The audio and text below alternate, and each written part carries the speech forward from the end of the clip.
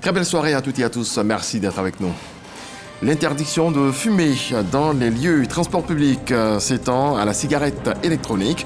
Décision prise en Conseil des ministres ce mercredi en vue de renforcer la protection des citoyens. Autre annonce, la production de la phase 2 du gisement baleine qui démarre.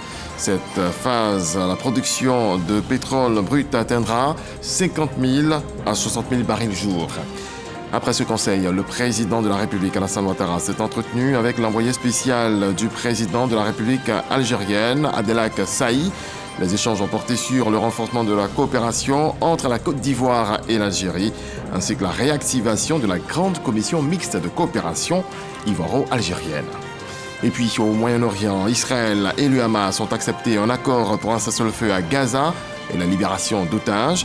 C'est ce qu'a confirmé le Qatar, l'un des principaux médiateurs dans les négociations. Le président élu américain Donald Trump a confirmé l'information. Une trêve qui entrera donc en vigueur ce dimanche 19 janvier avec la libération de 33 otages israéliens.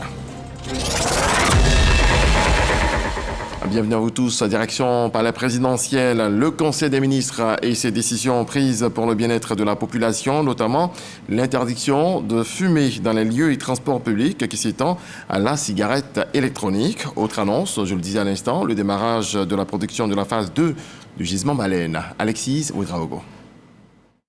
Des raisons de sourire à ce Conseil des ministres ce mercredi au palais présidentiel. L'industrie extractive annonce de bonnes nouvelles pour 2025. Le gisement baleine a démarré la production de sa phase 2 avec en perspective 60 000 barils de pétrole brut et 60 millions de pieds cubes de gaz naturel par jour. Ces performances au niveau du gisement baleine porteront la production nationale d'hydrocarbures entre 82 000 et 92 000 barils jour pour le pétrole brut et 315 à 320 millions de pieds cubes jour du gaz naturel. Il faut noter que les investissements de la phase 2 sont évalués à environ 2 000 milliards de francs CFA. Cette avancée majeure illustre donc l'engagement de la Côte d'Ivoire à positionner le secteur des ressources extractives comme un levier de croissance soutenue et durable. Et pour la bonne gestion de ces richesses, l'État renforce la régulation. L'Autorité nationale de régulation des marchés publics, ARNMP, devient l'ARCOM, Autorité nationale de régulation de la commande publique. Elle organise les organes de l'Autorité nationale de régulation de la commande publique et consolide ses pouvoirs de contrôle et de sanction en vue de renforcer le système national de gestion de la commande publique en cohérence avec la stratégie communautaire de l'UEMOA, de façon à réaffirmer la compétence matérielle de l'autorité de régulation à la fois sur les marchés publics et les conventions de délégation de services ou contrats de partenariat public-privé. Autre point abordé au titre de la santé, celui portant modalité d'application de l'interdiction de fumer dans les lieux et transports publics. Cette disposition s'étend désormais aux nouveaux produits tels que la cigarette électronique. Au terme de ce décret, l'interdiction faite à toute personne d'exposer autrui à la fumée du tabac est également étendue à la fumée des nouveaux produits du tabac qui, indépendamment de leur apparence sophistiquée, sont tous aussi nocifs. Aussi, il fait obligation aux gérants, propriétaires ou à toute personne responsable de lieux publics clos ou ouverts et à ceux des transports publics d'apposer des panneaux visibles informant le public qu'il est interdit de fumer et d'utiliser des cigarettes électroniques, de retirer tous les cendriers présents dans les locaux, de veiller au strict respect des règles d'interdiction de fumer ou de vapoter et de prendre les mesures nécessaires pour dissuader le public de fumer, y compris la possibilité de recourir aux forces de l'ordre ou à toute autre autorité compétente pour imposer le respect du présent décret. Entre autres projets de décret, l'accord de promotion et de protection des investissements entre la Côte d'Ivoire et Singapour, l'approbation d'un accord de plus de 28 000 milliards de francs CFA avec la BOAD pour la réalisation de 185 km de routes côtières entre les régions de San Pedro du Boclé et Abidjan, l'adoption de 5 décrets portant attribution de permis de recherche minière. Notons que le prochain Conseil des ministres est annoncé pour le 13 février prochain. Et juste après ce conseil, le chef de l'État, Alassane Ouattara, a accordé une audience à Abdelhak Saï, émissaire du président algérien. Au cœur des échanges, le renforcement de la coopération entre les deux pays. C'est ce que nous apprend Alexis Ouedraogo. Abdelhak Saï, envoyé spécial du président de la République algérienne, était ce mercredi au palais présidentiel. L'émissaire d'Abdelmadjid Tebboune porte le message d'un renforcement de la coopération entre les deux pays. C'est un des grands acteurs de l'Afrique. Nous avons eu l'occasion de discuter avec lui les actes de coopération avec l'Algérie. Et nous avons donc demandé, avec un grand souhait de notre président, de réactiver la haute commission entre Côte d'Ivoire et l'Algérie pour travailler sur des actes de développement et de coopération notamment dans des domaines qui sont variés et divers, comme l'énergie, comme l'agriculture, comme la formation, comme l'hydraulique, beaucoup de choses. Et nous savons que Côte d'Ivoire maintenant émerge. Félicitations pour Côte d'Ivoire, pour tout ce qui a été réalisé en matière de développement. Et j'espère que ça sera pour nous l'occasion et l'espace de développement en la matière. La grande commission mixte de coopération ivoiro-algérienne permettra d'intensifier les échanges dans des secteurs clés en vue de stimuler une collaboration plus dynamique et durable. Le renforcement de la coopération avec l'Algérie, mais aussi des organismes internationaux, la directrice de l'Organisation internationale pour les migrants OIM et une délégation de l'Agence coréenne de coopération COICA reçue par le ministre des Affaires étrangères, de l'intégration africaine et des Ivoiriens de l'extérieur à son cabinet à Abidjan Plateau. La responsable de l'organisme international chargé des migrants veut renforcer la collaboration de sa structure avec la Côte d'Ivoire. Quant à la délégation de l'agence sud-coréenne de coopération, COICA, sa présence est motivée par la mise en valeur de projets dans les secteurs de la santé et de l'éducation. Le personnel du médiateur de la République présente ses vœux de succès et de bonheur à son premier responsable, Adama Toungara, qui a saisi l'occasion pour réaffirmer son engagement à œuvrer pour la paix en Côte d'Ivoire. Souleymane Donisongou. À la salle de médiation de la permanence du médiateur de la République, Adama Toungara, le médiateur de la République et l'ensemble du personnel s'engagent pour la paix. Monsieur le médiateur de la République, dans votre quête permanente de paix, vous avez accordé une place de choix en 2024 à l'élaboration d'un plan d'action pour une élection présidentielle apaisée en 2025. Cet ambitieux plan d'action qui s'articule autour de 3 axes stratégiques, à savoir la sensibilisation et la formation des acteurs, la communication et l'observation de la situation de la cohésion sociale, sera mis en œuvre au cours de cette année 2025 afin de garantir une élection présidentielle sans violence. Artisan de la paix et de la cohésion sociale, le médiateur de la République salue le bilan des activités réalisées l'an dernier et fixe quelques perspectives, notamment la présidentielle d'octobre 2025. En 2024, nous avons accompli des avancées significatives qui renforcent la crédibilité et l'efficacité de notre institution. En effet, pour l'efficacité de nos actions de sensibilisation, nous avons conçu et adopté un plan d'action qui constituera une feuille de route au cours de l'année 2025 et permettra d'œuvrer de manière proactive au maintien de la paix avant, pendant et après l'élection présidentielle. Dans sa politique de déconcentration des services de l'institution, l'année 2024 est marquée par l'ouverture de 5 nouvelles délégations dans les régions du Bunkani, de la Nawa, de l'Anyebitiassa, du Sud Komoé et de la Bagoué, améliorant ainsi la visibilité de l'organe de médiation.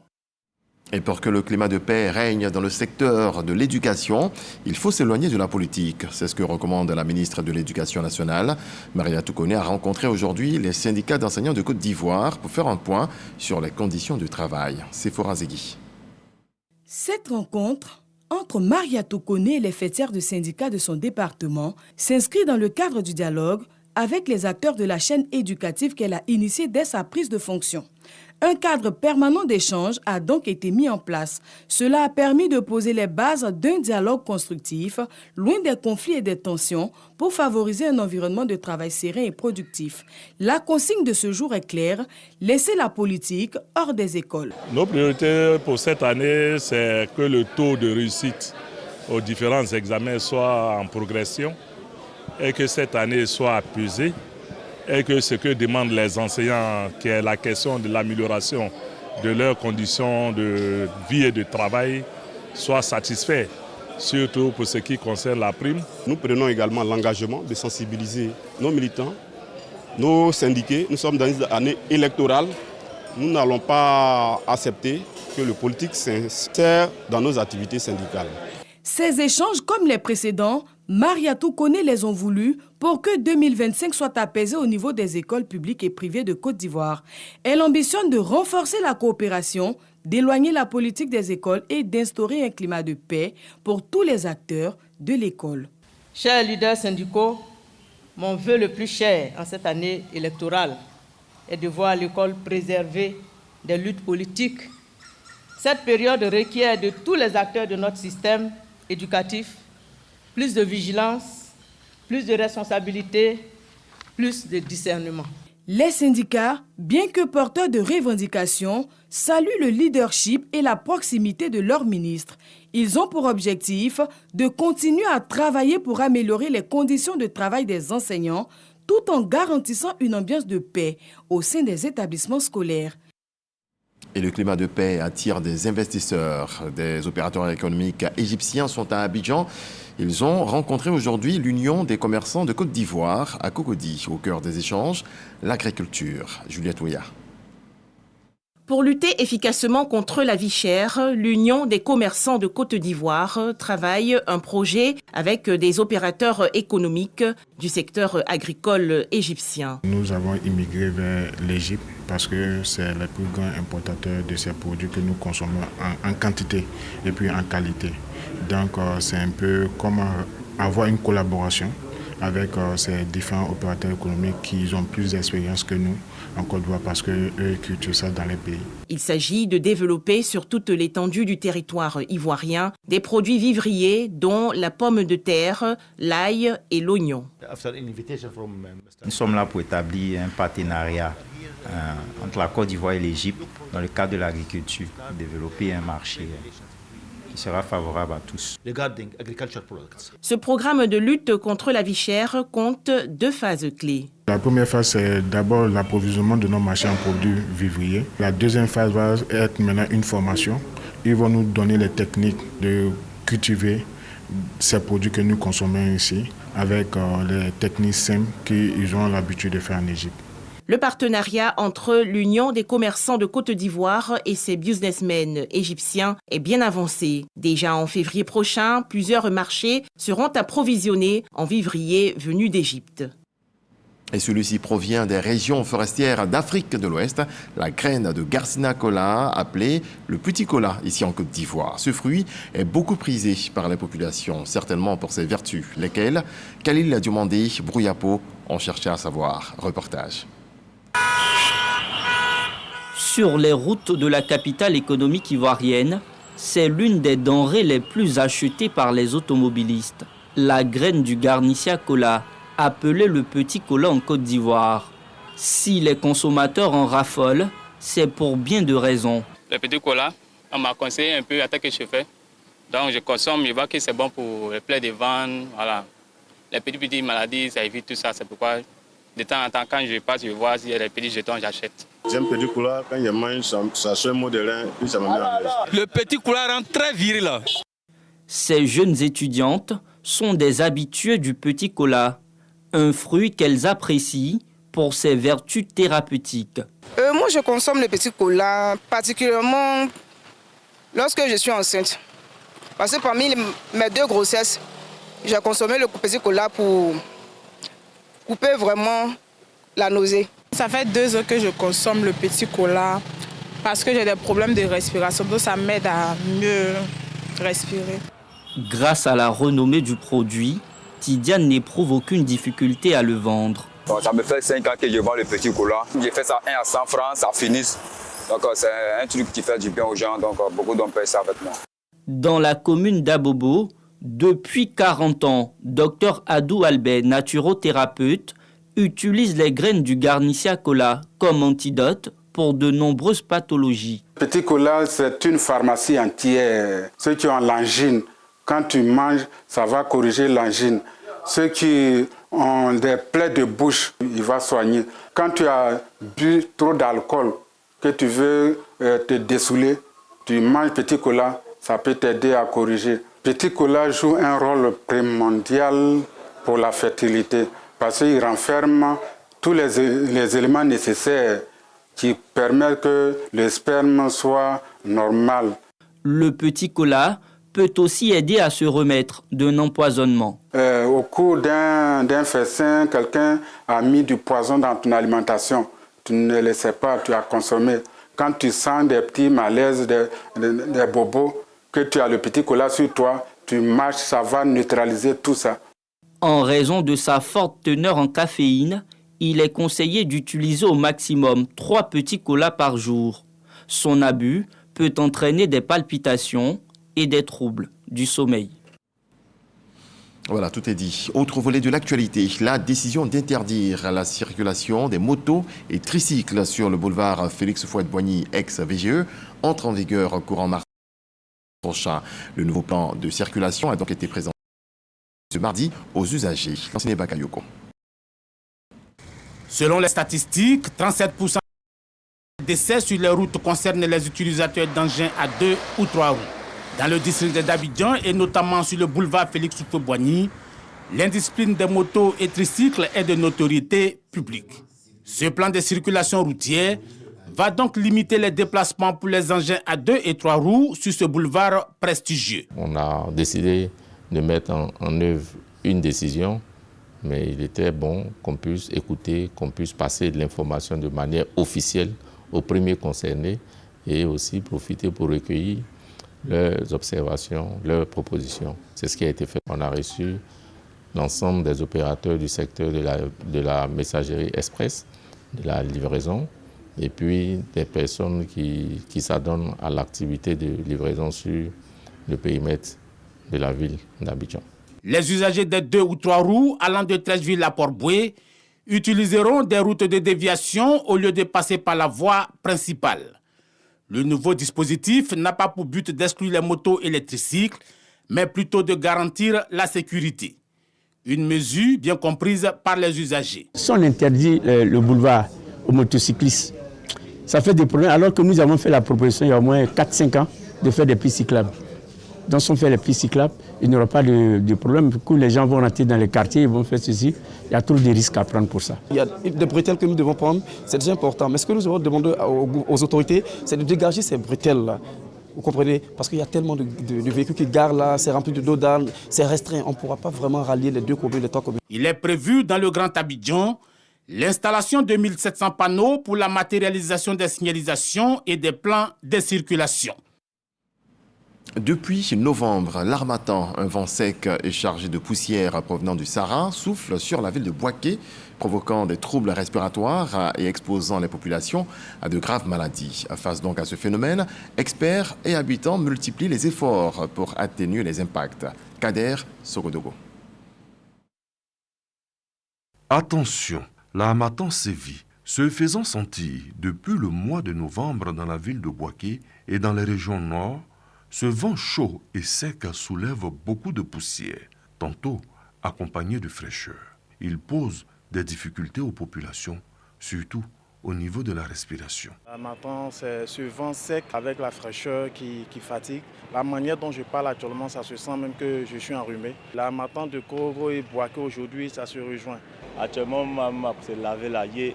Par jour, on mettait 3 fois, mais actuellement, c'était 2 fois. Le vent sec et puis ça casse les lèvres. Vraiment, pour respirer de l'air, c'est vraiment difficile. Pour se protéger, les populations ont leurs petites astuces face aux dommages causés par ce phénomène. La protection, c'est d'abord toujours bien se vêtir. Lorsqu'on sent que le vent est fort, on est obligé de se pommader. Chacun doit avoir un cache-nez pour être bien en sécurité. Et toujours se laver les mains avant de toucher à quelque chose. On met les brillants en lèvres et puis... Il y a des pommades qui vont bien avec la peau pour éviter ça. Donc c'est ce genre de pommade-là que je prends. Il existe plusieurs maladies provoquées par l'harmattan, bien plus graves que ce que connaissent généralement les populations.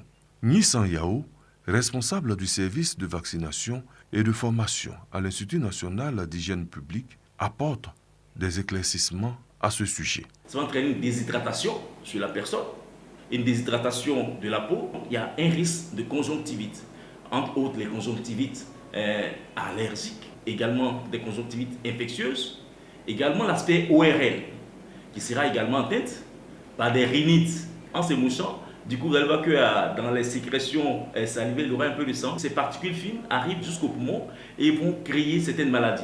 Les personnes asthmatiques constituent un problème pour cette période-là. Les drépanocytaires vont faire plus de crises de drépanocytose au cours de cette période-là. Pour notre expert, il est important de connaître les moyens de prévention efficaces pour se protéger de l'harmattan. Se vacciner notamment contre la grippe et également contre certaines maladies infectieuses pour éviter de tomber également malade.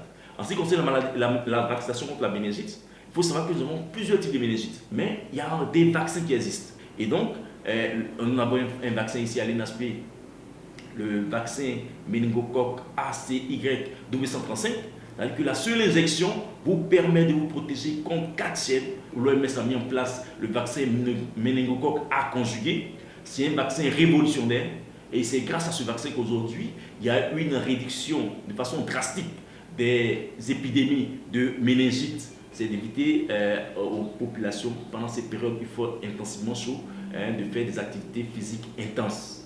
Donc c'est également inciter la population pour cette période d'harmattan à boire beaucoup d'eau et également à faire l'entretien de leur domicile. L'air désertique soufflant du Sahara vers le sud-ouest entre novembre et mars, l'harmattan impacte fortement l'Afrique de l'Ouest.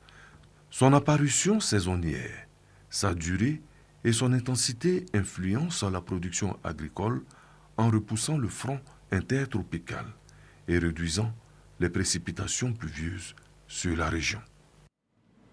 Jetez un coup d'œil sur la Confédération des PMI-PME du bâtiment et des travaux publics qui a désormais un bureau régional à San Pedro. Son président, Dirasoba Enza, a été installé récemment par le président national, Sam Conan. Les professionnels du bâtiment et des travaux publics du Bassa-Sandra sont désormais réunis au sein d'un bureau régional. Ce bureau régional a été investi avec une feuille de route par le président national de la Confédération des PMI-PME en BTP.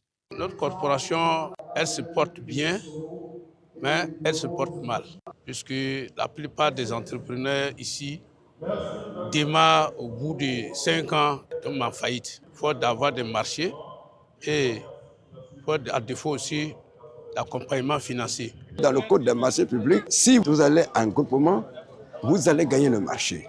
Si c'est une des PME locales, on ne peut pas vous arracher le marché. Et d'ailleurs même, on ne vous exige pas toutes les conditions à remplir pour pouvoir aller faire un marché, un appel d'offres.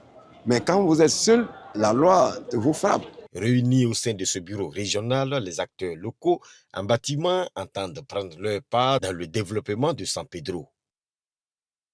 On s'arrête à présent sur l'atelier bilan des parlementaires du Rassemblement des Oufouettistes pour la démocratie et la paix, RHDP.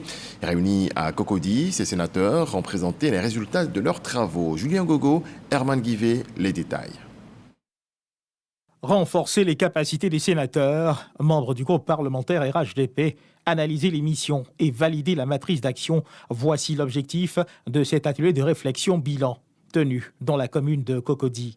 4 axes stratégiques à réaliser. La création d'un cadre de gouvernance qui était assez important pour nous et qui se traduisait déjà par la mise en place d'un règlement intérieur, d'une matrice d'activité adoptée, mais aussi effectivement par l'élaboration d'un plan stratégique sur la période de 2024-2028. Veiller à la conformité politique des textes, accroître nos capacités opérationnelles. Aussi entre nous, renforcer la question aussi de la solidarité. Élargir notre champ d'opération de sorte à ce qu'effectivement les parlementaires RHDP soient véritablement sur le terrain. Nous devons gagner ces élections en octobre très prochain. Un atelier qui a bénéficié du soutien du groupe parlementaire RHDP de l'Assemblée nationale de Côte d'Ivoire. Au nom du président Diawara Mamadou, le doyen d'âge de l'Assemblée nationale, féliciter l'ensemble des sénateurs, membres du groupe parlementaire pour le travail abattu. Il faut qu'il y ait une mission conjointe conduite par les 2 présidents des groupes parlementaires à l'intérieur du pays, parce que nous sommes dans une année électorale. J'étais chef d'une délégation dans le Haut-Sassandra. La délégation a tellement bien apprécié. À partir de notre mission, ils ont su vraiment qu'est-ce que faisait un sénateur. Nos électeurs, c'est-à-dire que les conseillers municipaux et régionaux, qui ont vraiment fait beaucoup de propositions qui comptent sur nous. Une motion de soutien au président de la République, Alassane Ouattara, a été lue à l'occasion. Pour les parlementaires, sénateurs et députés du RHDP, il s'agit d'apporter leur caution à sa gouvernance. Toujours en politique, Sam Wakouboué, cadre du RHDP, a procédé à Moussadougou, Lakota, à l'investiture d'un mouvement politique de jeunesse dénommé CAP 2025. Sam Wakouboué a rappelé aux membres de ce mouvement les enjeux des prochaines élections présidentielles. On voit cela avec Godefroy Okamawa. La jeunesse politique de Moussadougou, village de la sous-préfecture de Niambé-Zaria, dans le département de Lakota, soutient la mise en place du mouvement CAP 2025. Un mouvement prêt pour la victoire du RHDP en octobre prochain. Le leader de ce mouvement, Sam Wakouboué, entend ratisser l'âge pour cette victoire. Pour ce faire, le président local de CAP 2025 de Moussadougou est installé. Dans la même veine, le bureau des associations féminines dénommé Benkadi, le challenge est le même, la victoire du RHDP à la présidentielle. 5 était mouvement engagé pour accompagner la campagne du président de la République en 2025 pour que nous puissions avoir une élection et une victoire. Une élection non seulement transparente, mais une victoire écrasante pour le RHDP qui va faire taire tout débat. C'est pourquoi nous mettons en place et nous encourageons tous ces mouvements de femmes et de jeunes pour qu'ensemble avec eux, nous puissions accompagner cette mouvance de paix. Sensible aux questions liées à la jeunesse et à l'éducation, Sam Wakouboué a fait don d'ordinateurs et d'imprimantes au collège moderne de Niambé-Zaria, de Moussadougou et de Niako-Bloyoa. La porte-parole des bénéficiaires a exprimé leur reconnaissance, rappelant que cette acquisition est un atout essentiel pour améliorer la qualité de l'éducation. Dans le reste de l'actualité, en bref et en image, je le disais en titre, Israël et le Hamas ont accepté un accord pour un cessez-le-feu à Gaza et la libération d'otages, a confirmé le Qatar, l'un des principaux médiateurs dans les négociations. Le président élu américain Donald Trump a confirmé un accord sur les otages au Moyen-Orient. Selon le Premier ministre qatarien, la trêve entrera en vigueur dimanche 19 janvier prochain avec la libération de 33 otages israéliens contre la libération de près d'1 millier de Palestiniens détenus en Israël. Très belle nuit, Dieu nous garde en vie et en bonne santé. Bonsoir.